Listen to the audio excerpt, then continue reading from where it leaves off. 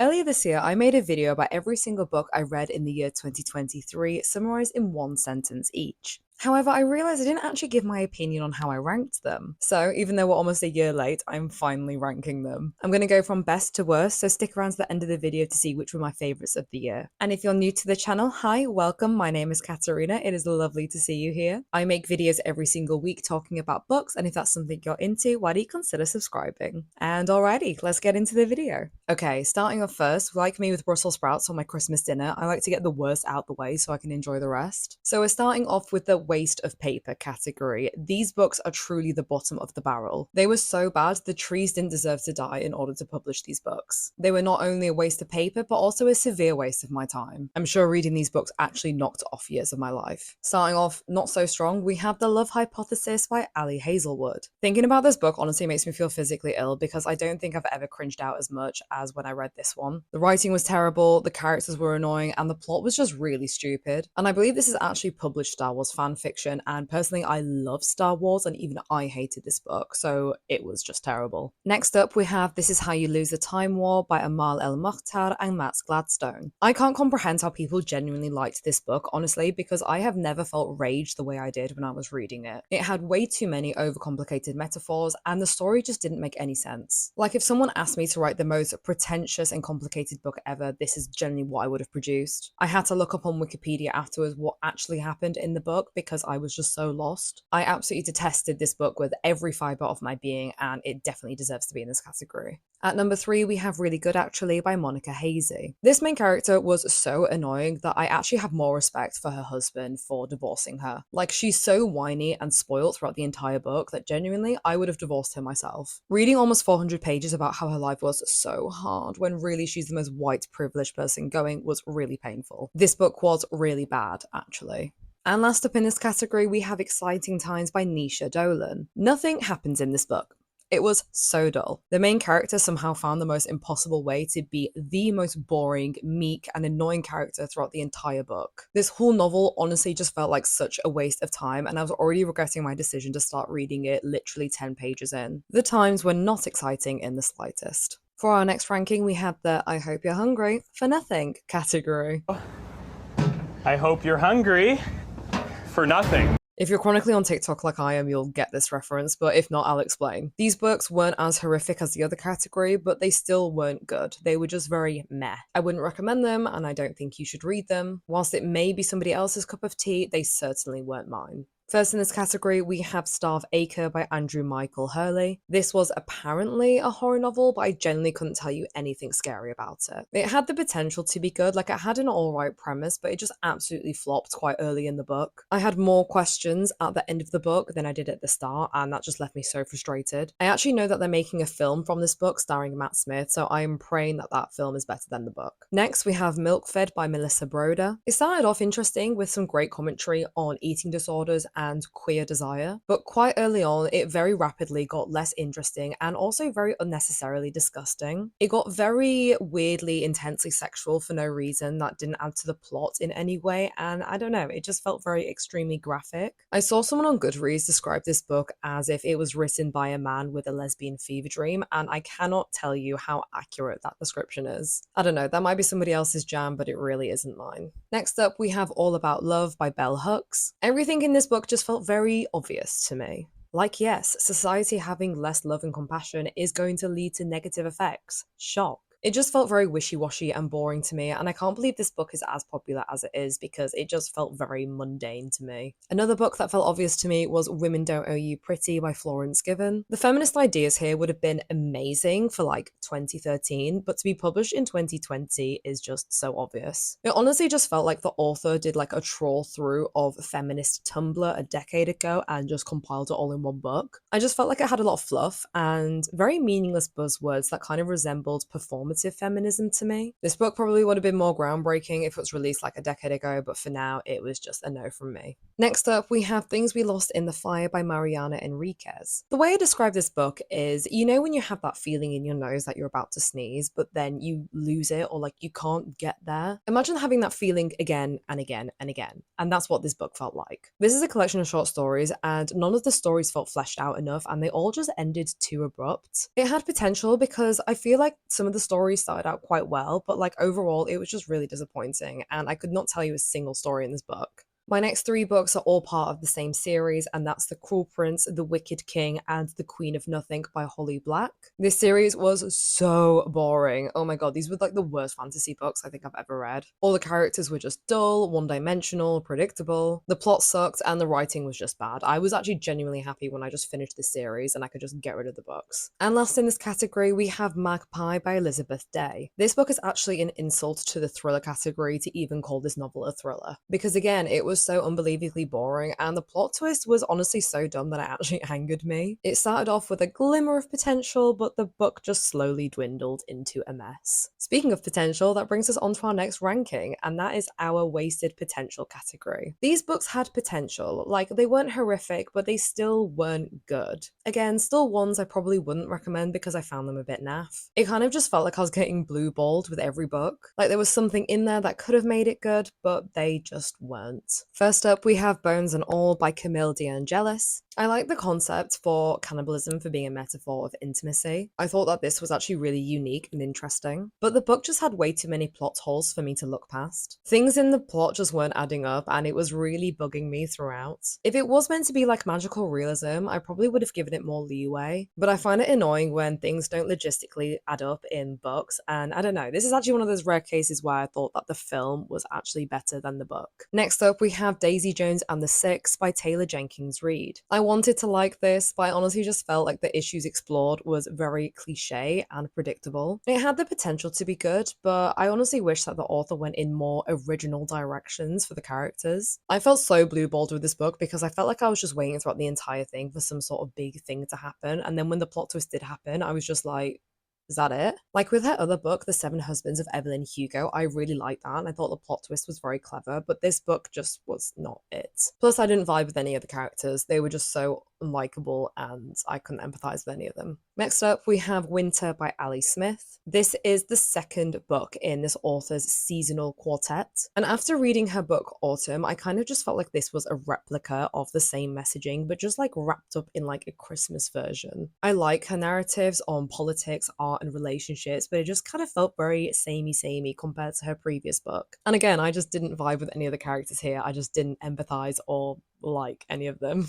The fourth book in this category is The Remains of the Day by Kazuo Ishiguro. This book was honestly just fine. It started off well, and I liked the unique setting of the butler's point of view in these grand mansions and establishments. But that's as interesting as it got. I felt like the plot wasn't really developed in any way, and I just didn't also vibe with the other characters. I felt like the plot twist could have been developed into something way more juicy, but it just wasn't. And therefore, the book overall to me just felt very meh.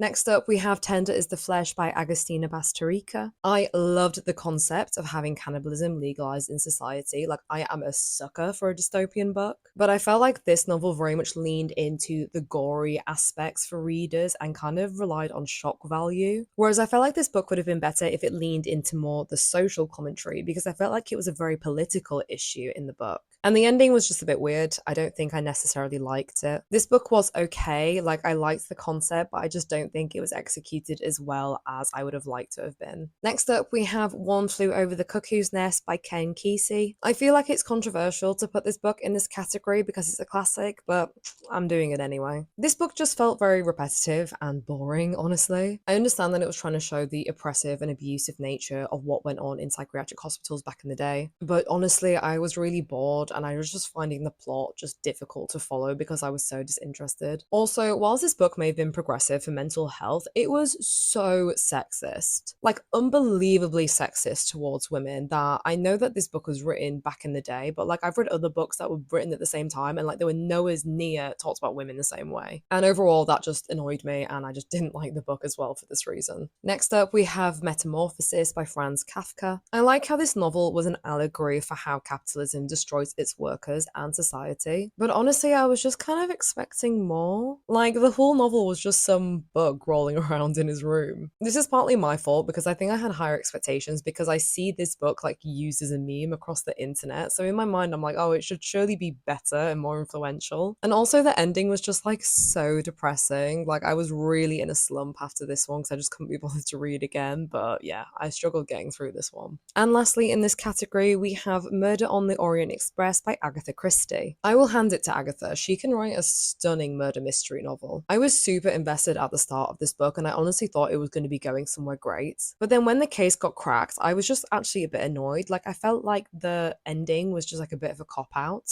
It just felt very unrealistic. I was just like, there is no way they would have been able to pull that off. And unfortunately and annoyingly, I'm a bit of a logistical girly, and if something doesn't add up to me, then I just end up not liking it. The next category I have is the go on then. These books are like, they're okay. I'd say you can read them if you had the time, but I wouldn't gush about them. Like, they're okay, they're good. I'll have nice things to say about them, but I wouldn't say they're necessarily groundbreaking. First up, we have If We Were Villains by M.L. Rio. I feel like this book would have been higher in my rankings if it wasn't so obviously a copy of The Secret History. It has the same premise of a dark academia novel that follows a elite group of students all involved in a murder. However, in this book, it's Shakespeare instead of ancient Greek. If you are going to read this, I would say make sure that you haven't read The Secret History yet, because otherwise it just will not be that great for you. Second in this category is The Island of Missing Trees by Elif Shafak. I like this book for teaching me about the Turkish-Greek conflict, I think otherwise known as the Cyprus problem. It's not something I've learned about before, and I felt like this book explored it in a easy, digestible way. However, I did find the story a bit boring. It was just like the same narrative of just like lovers that are doomed throughout the entire book. And there was also like a weird talking tree that just pulled me out of the story and just made the whole thing seem less serious. Next up, we have Love in the Time of Cholera by Gabriel Garcia Marquez. I loved the very dreamy and whimsical writing style this book had. Like I felt like I was just transported to a different world. The author is incredibly unique, and this is like a book that I've never read similar to any other before. But I wasn't really a fan of the content this book had. Like it was just a guy pestering a woman throughout the entire thing. Plus there's one bit where the male interest like goes for a way younger girl at one point, and it just kind of felt a bit noncy and weird. Next up, we have Brave New World by Aldous Huxley. This had a very thought-provoking plot. Like, imagine a world where marriage and procreation is eradicated from society. It had a very interesting take on biological manipulation and the social conditioning of governments. But the plot just felt very messy and inconsistent, especially because we follow like a whole group of characters, and it was kind of hard to really like engage with one when you're constantly flitting around all the others. I get why it's a monumental book, and I can definitely see why it's a classic, but I'm just not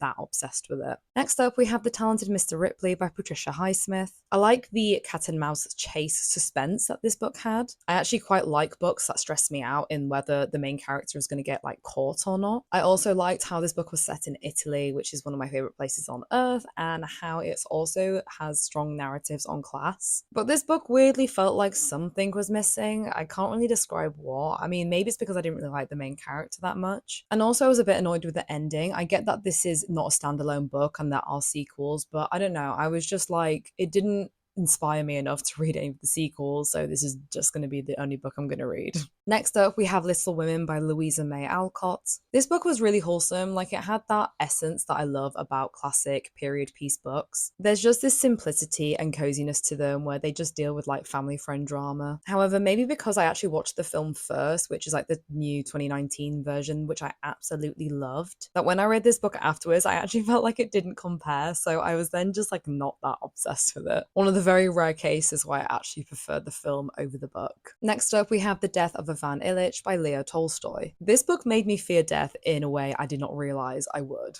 The fear of conforming to society's version of success and not living your own life and your own version of happiness is something that keeps me up at night. However, this novella just felt too short. I wouldn't necessarily say it was wasted potential, but like the start was very good and I just didn't have enough meat, you know? I just felt starved afterward. I wanted more specific stories, I wanted more content in the book. It's a good book, but I just think it would have been better if it was more fleshed out. Next up, we have Period Power by Maisie Hill. The first half of this book was easily 10 out of 10 for me. Like, this book taught me things about my body that has genuinely changed my life. It explains why I feel certain ways in my cycle during the month and how to live my life accordingly to that. However, it then got so repetitive, and I feel like the second half of the book just honestly wasn't needed. Like, I felt like it was just written more just to make the book bigger, but I don't feel like it necessarily added to the content. Plus, I feel like it didn't address other womanly issues, like, for example, polycystic ovarian syndrome, which is very central to fertility and a lot of women suffer from it. I don't know. I feel like if you're going to write a book about women's menstruation and hormonal health, then you feel like you need to cover more bases with it, but that's just my opinion. Next up, we have The Panda, the Cat, and the Dreadful Teddy by Paul Margers. You have to read the other book, The Boy, the Mole, the Fox, and the Horse, in order to get this book because it's a parody version. I feel like it had very specific British humour that I genuinely found funny because it very much poked fun at the flowery optimism that you get in these like self-help motivational books. But it was okay. Like, it wasn't amazing, it wasn't bad, it was just okay. I mean, you can literally read this book in like 30 minutes because I think I did, so it's, I don't really have much to say. And lastly, in this list, I have The Curious Incident of the Dog in the Nighttime by Mark Haddon. This is another thought-provoking read because it's told through the eyes of a teenage boy with high-functioning autism. And I did think it was really insightful to see how people with autism kind of perceive the world and how they view other people. However, I did feel like the last third of this book, the plot felt very unrealistic and dramatized for no reason. Like, I get that the author probably wanted to have more drama to make it less boring, but I just honestly felt like it made the plot real unrealistic. I don't know. It's a good book. I wasn't wowed by it, but I still found it kind of interesting. Okay, moving on to the next ranking, we have the Let's Go category. We're entering the good books. These books slap. They're not my Roman Empire books. I don't think about them every day, but I like them. I think they're good, and I would actually recommend these. First in this category, we have The Beach by Alex Garland. I thought that this was a really cool way of showcasing how the West glorifies this like idea of untouched land as a sort of paradise, and how this is ultimately juxtaposed with human nature's darker tendencies and also just the brutality of nature. It's also just an interesting critique of tourism nowadays, which I think a lot of kids who are doing their gap year in Thailand need to read. I actually watched this film with Leonardo DiCaprio ages ago, but I think that the book is actually better, so I'd recommend you read that first. Next up, we have Autumn by Ali Smith. This is the first book in that seasonal quartet where I also talked about the previous book, Winter. It doesn't surprise me that they also just tried doing the same thing in the Winter book because this book was really great and something unique, and I'm not surprised that she wanted to copy that. The way that it explored big political topics in a very beautiful and poetic narrative was honestly something of a marvel. It's honestly one of those books where afterwards you can just sit with each part and ponder and think about your own thoughts relating to those topics, which is something I really liked. Next up, we have 7 Days in June by Tia Williams. I usually don't like American romantic comedy novels, but honestly this was really, really good. It's not cringe or predictable or falls into any of the obvious tropes that we see time and time again. It's honestly just a fun yet vulnerable love story of two African Americans, and it touches on some really sensitive topics such as masculinity and racism. I went into this skeptical, but I was genuinely pleasantly surprised. Coming up next, we have The Godfather by Mario Puzo. This is a classic for a reason because it is really such a wild book. I'd never seen the film before, so honestly some of the plot twists in this book had me shook. And I discovered from reading this that I am fascinated about the mafia and just secret gangs across the world. And I also just genuinely love Italian Americans. They have my favourite accent. I just think it's so fun to listen to. So yeah, this book was great. Next up, we have Cleopatra and Frankenstein by Coco Mellors. This novel started out pretentious, and I genuinely expected to hate it, but I was really pleasantly surprised. It's one of those books with no plot, just vibes, and it just looks into the messiness and complexity of flawed and not so likable characters, dealing with past trauma and just learning to navigate the modern dating scene. I don't know, to me the book felt very realistic and I was really invested with the characters by the end. Next up, we have Lonely Castle in the Mirror by Mizuki I have no idea how to pronounce this. Tsujimura? I definitely have butchered that, but we'll move. I think I cried at the end of reading this one, but not with sad tears, with happy ones. Look, a group about lonely teenagers who end up finding comfort and happiness in each other is something that I'm going to cry about, okay? It had fantasy, adventure, vulnerability, and the way that it explored teen mental health and friendship.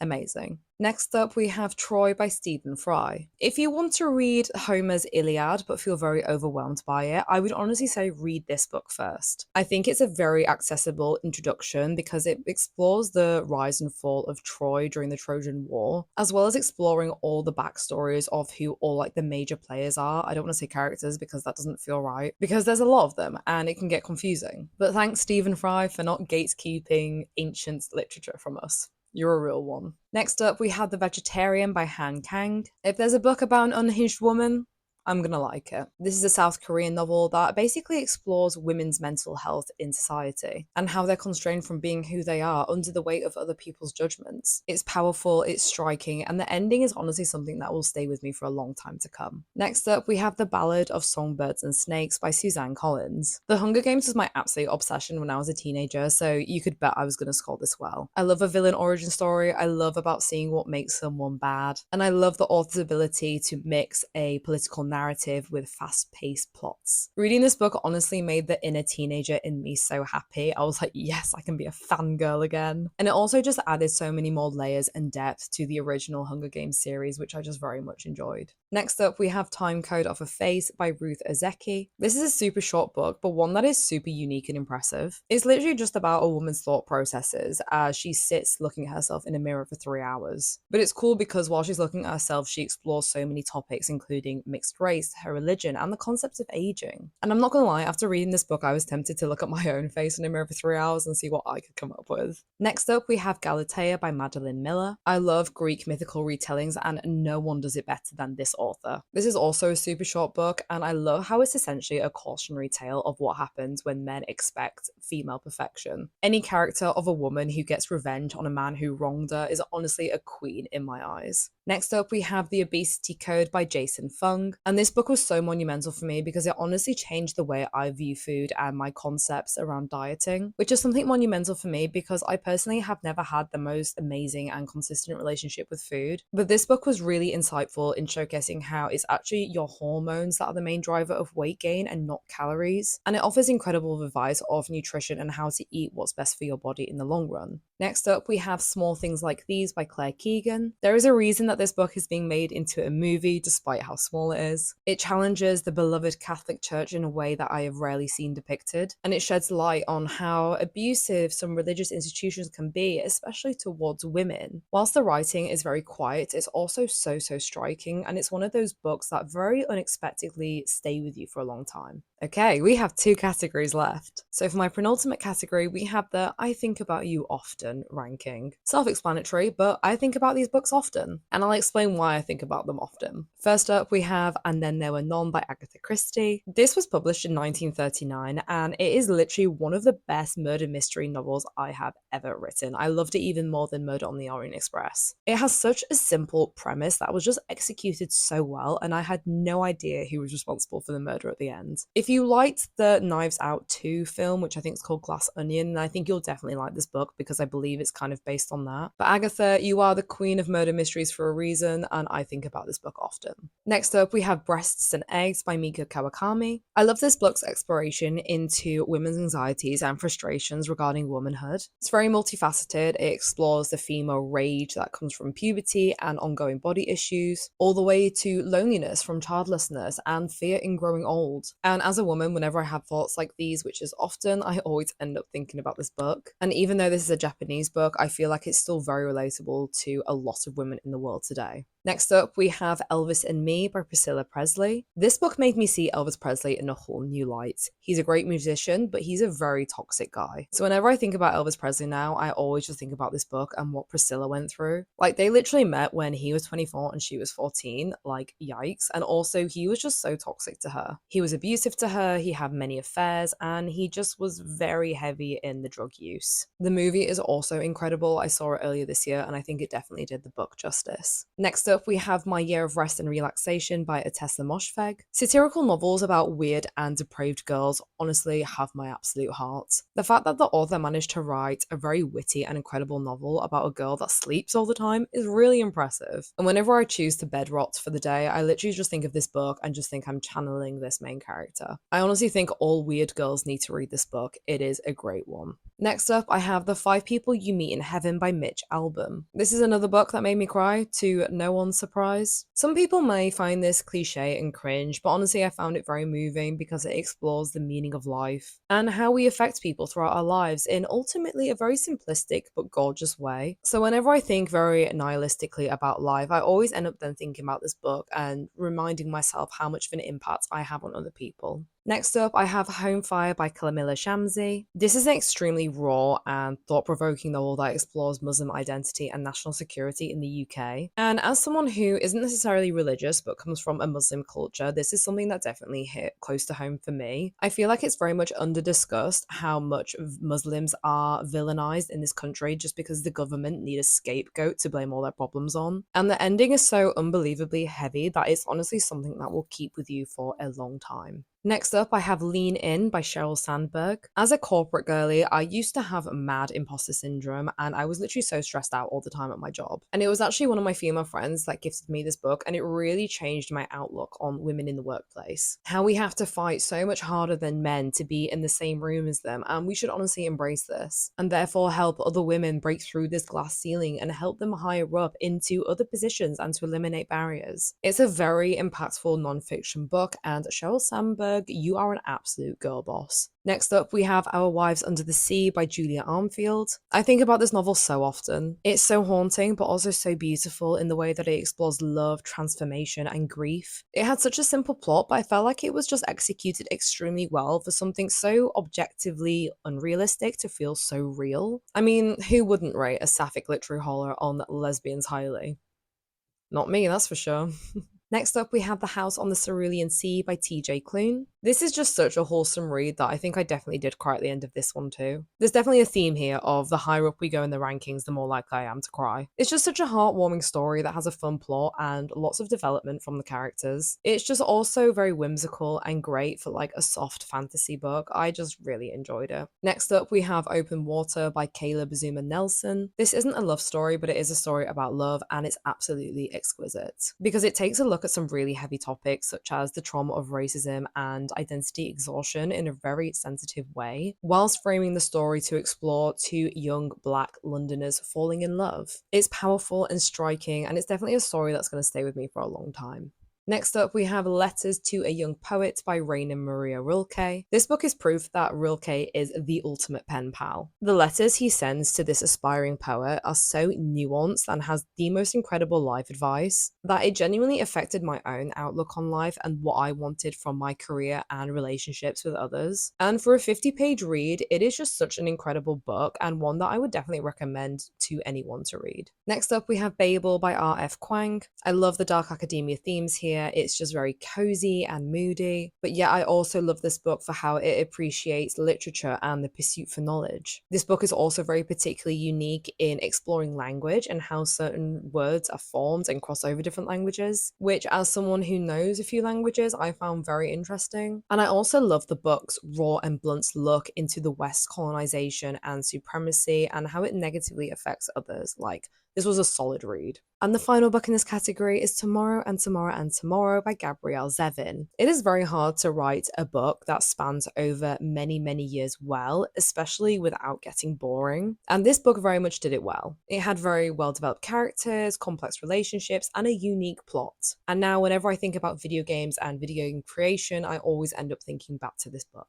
Okay, team, we are in the final category. These books are just the creme de la creme, and that's why this category is called I Will Sell My Firstborn to Read These Again. These books were just so good that it generally changed my perspectives on certain things in life. All these books emotionally moved me to the point where sometimes when I think about the books for too long, it moves me to tears. Like, I genuinely wasn't joking when I said before that, like, generally I think I cried reading all these books. I genuinely love them with my whole heart, and I really hope that you do too. The first book in this category is American Dirt by Janine Cummins. I literally could not put this book down. It had one of the most suspenseful plots I have ever read. I was genuinely stressing the entire time reading this, and I was gripped from start to finish to see what was going to happen. And even though it's a fictional novel, I think it was so important in shedding light into the real journeys and trauma that some migrants face. And it's honestly just an incredible book that I genuinely get chills when I think about. Next up in this category, we have Percy Jackson and the Lightning Thief by Rick Riordan. I have read this book before, but I reread it last year, and I don't care if it's a children's book because I genuinely love it. This book is particularly special to me because it sparked my reading renaissance. Whilst I was at university, I kind of fell out of love with reading because my studies was just so intense and I just had so much other legal reading to do. But during my master's degree, I wanted to get back into reading, and I picked up this series, and it genuinely sparked my love for reading again. And it's just a fun read. It had a fast-paced plot, very lovable characters, and honestly, it's really accessible to anyone who wants to get into Greek mythology. It's great. The third book in this category is The Panic Years by Nell Frizzle. As a single woman in my late 20s, I get very stressed about the whole notion around my biological clock and when I'll marry and have kids and blah blah blah. And this book somehow found me at the right time last year, and it really calmed a lot of my fears and anxieties when it came to these issues. It doesn't necessarily give advice on what you to do, but it's a memoir of a woman that has gone through more or less the same things. And for me personally, the author kind of just felt like a big sister giving me advice and a big hug and telling me it's gonna be okay. Next up in this category is Life of Pi by Jan Martel. I saw this film years ago and I thought it was very mid, but honestly the book is amazing. Not only did it have a really suspenseful plot, and the narratives on spirituality and symbolism left me pondering about these things for days on end. And despite the main character being an unreliable narrator, I was so invested in him, and I was genuinely sad when the book finished. I have not read a book like this since, and that is why I would genuinely sell my firstborn to read this again for the first time. Next up on my list is Harry Potter and the Prisoner of Azkaban by J.K. Rowling. Again, like with Percy Jackson, I read this book ages ago, but I just reread it last year and just found it incredible. It's such a whimsical and cozy read, and honestly, more for nostalgic purposes because it just transports me back to my childhood. It's just a shame that the author is a massive transphobe. Like, why? But anyway, in my head, Daniel Radcliffe wrote this book, so I love it and I will continue to read it. Next book in this category is Freshwater for Flowers by Valerie Perrin. This book is one I definitely cried at multiple times because it just has a plethora of really heavy themes such as grief, loss, marriage, motherhood, renewal, hope. And I've spoken about this book so much on this channel, but this book really is just that bitch. She just has it all. The plot twists in this book were also just so crazy that I think I was genuinely screaming out loud at one point, and I just wish I could experience all that again. The next book in this category is My Brilliant Friend by Elena Ferrante. I have never read a book that explores female friendships in a way that even comes close to how this book does it. The love and compassion, but also the jealousy and competition in young female friendships is honestly something so profound but relatable. And the two girls that this story revolves around is so complex and beautiful, and it also looks at really interesting topics as well, including class and wealth. It's honestly one of those books that I would recommend to any woman, and I just think that it is an incredible read. And finally, the last book on my list, and also my favorite book of the year, was The Secret History by Donna Tartt. Again, this is another reread, but I just genuinely love this book so much. I would honestly, hypothetically, sell all my children to read this again. I am joking. Maybe. It has it all: dark academia themes, gorgeous narratives, complex characters, suspenseful plots, heavy themes explored, and I just love it. I could talk about it for so long, but I talk about this book enough on this channel, so I'm not going to chew your ear off, but it is just a phenomenal book. And there you have it. Those are all the books I read in 2023 ranked. What about you guys? Do you agree with my opinions on how I rank these books? And also, what were your best and worst books from last year, if you remember them? Let me know in the comments. I love reading your guys' thoughts and opinions, and I just find it so interesting to hear different perspectives. I hope you enjoyed this video. If you did, please drop a like down below. It really helps my channel out. And if you're new here and you enjoyed this content, why do you consider subscribing? I make new videos every single Tuesday yapping about books. Feel free to follow me on Goodreads, where I update in real time what books I'm reading. And also feel free to follow me on Instagram. I post more personal stuff on there, but I also post about books as soon as I finish reading them, so you can see what I've rated them out of 10 and also what they're about.